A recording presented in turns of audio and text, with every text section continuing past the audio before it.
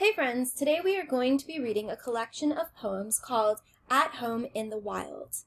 Today we will be focusing on elements of poetry and creating mental images. Poetry uses images, sounds, and rhythm to express feelings. As you read the poems in At Home in the Wild, pay attention to repetition of words or lines, words that describe, rhythm or beats between words. Our purpose today, again, is going to be to create mental images or make pictures in our minds to help us understand the details in the text. The power words that we will see in today's collection of poems are sheltered, weary, hide, and wit. Let's begin.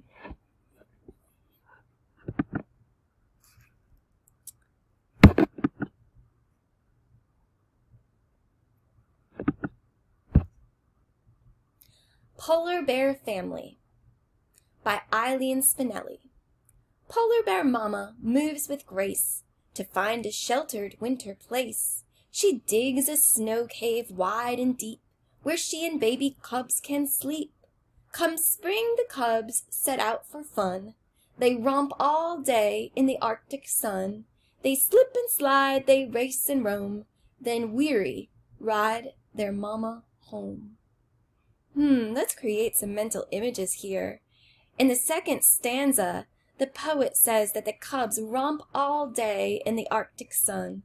The word romp helps me imagine the cubs rolling around in the snow and wrestling with each other. I'll bet they're making lots of noise too, just like my puppy does when he plays. The words slip and slide in the next line make me picture the cubs sliding on the snow on their bellies. I can see them racing and roaming ahead of their mother as they explore what's around them. Creating these mental images helps me to understand why the cubs are weary and why they ride their mama home. They are worn out after a long day of playing, just like a little kid who wants their mom or dad to pick them up and carry them home.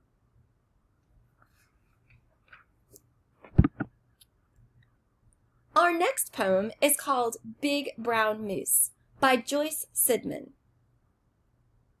I'm a big brown moose. I'm a rascally moose. I'm a moose with tough, shaggy hide, and I kick and I prance in a long-legged dance with my moose mama close by my side. I shrug off the cold and I sneeze in the wind, and I swivel my ears in the snow. And I tramp and I tromp over forest and swamp, 'cause there's nowhere a moose cannot go.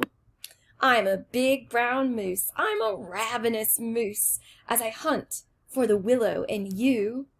With a snort and a crunch, I rip off each bunch, and I chew, and I chew, and I chew.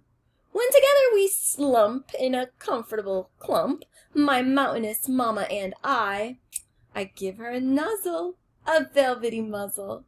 Our frosty breath drifts to the sky. I'm a big brown moose, I'm a slumberous moose. I'm a moose with a warm, snuggly hide. And I bask in the moon as the coyotes croon, with my moose mama close by my side. Oh, I love that. Let's go ahead and take a look at some of the elements of poetry that we have here. Go ahead and reread pages 58 to 59 so that you can analyze the repetition and the language. Go ahead and push pause if you need to here. Okay, so how is the poem arranged? Yes, it's arranged in stanzas that have 6 lines. Why do you think the poet did this? I agree. I think he did it I think she did it to make the poem look and sound good. Why do you think the poet used repeating lines in the poem? Absolutely, to call attention to those lines, to help readers remember it better. So how do the describing words add to the poem? Yes, for me too. The describing words help me make a picture in my mind and better understand the poem. Let's create some mental images. What words describe what Big Brown Moose gives to his mother? Yes, a nuzzle, a velvety muzzle. How do you think this would feel? Oh, yes, I feel it too. It's soft and gentle and warm. Describe the feeling these words help you imagine.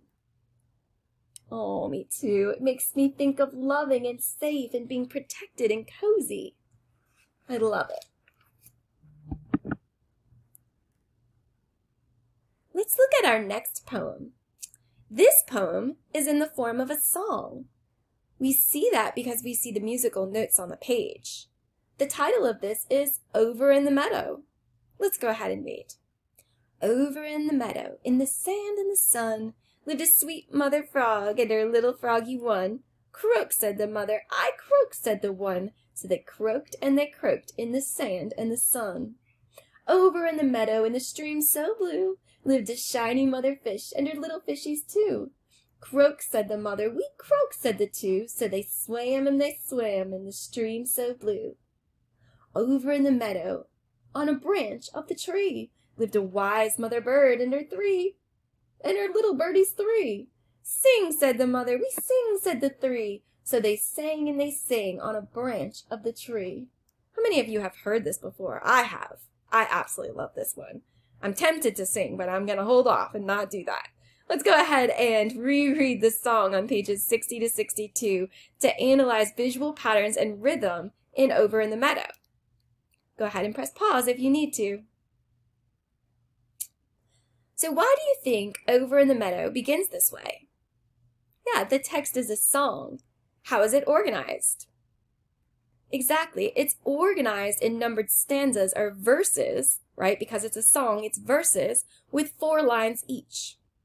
What pattern do you notice when you say the rhyming words aloud?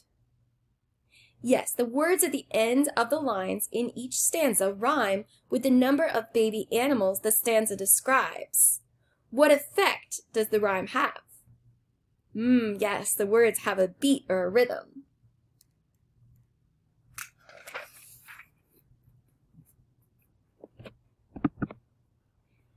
Let's turn the page to finish up this song. Over in the meadow, at a den near the shore, lived a mighty mother wolf and her little cubs 4.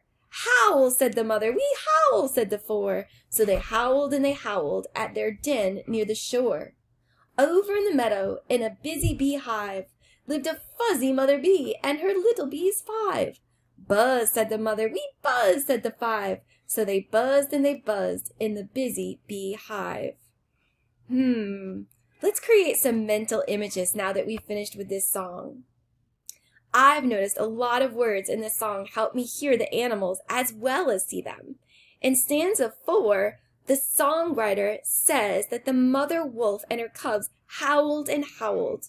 When I read these words, I can hear all the different wolf cries. The mother's howl is deep and the cub's howl sound more like little squeals.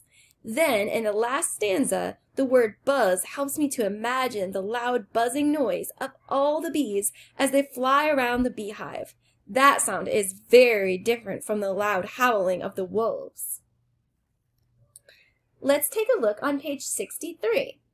On this page, we're going to read The Cricket by Alberto Blanco.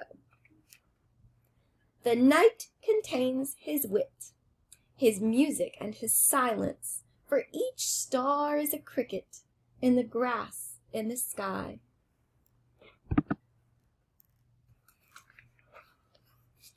Our last poem today is called The Ant, for Alma Florida by F. Isabel Campoy. Here comes the ant out of its hole, grabs a grain of wheat, and returns like a mole. Another ant comes out of its hole, grabs a grain of wheat, and returns like a mole. Another ant comes out of its hole. Let's create some mental images here. What words in this poem help create a mental image of what ants do? Nice, yes. Out of its hole, grabs, returns, another. Very good. Describe your mental images. How is it like something you might see in real life? Yes, I can picture all the ants working together and following each other, with each ant coming out of the hole, grabbing a grain, and returning it to the hole. This reminds me of a parade, with all the people lined up and following each other from start to finish. To be honest, this also reminds me of ant piles that I sometimes see out at recess. And sometimes I see the ants going in and out of their pile the same way that we see in this poem. Thank you so much, friends, for joining me today to read this collection of poems called At Home in the Wilds and analyzing the elements of poetry as well as creating mental images.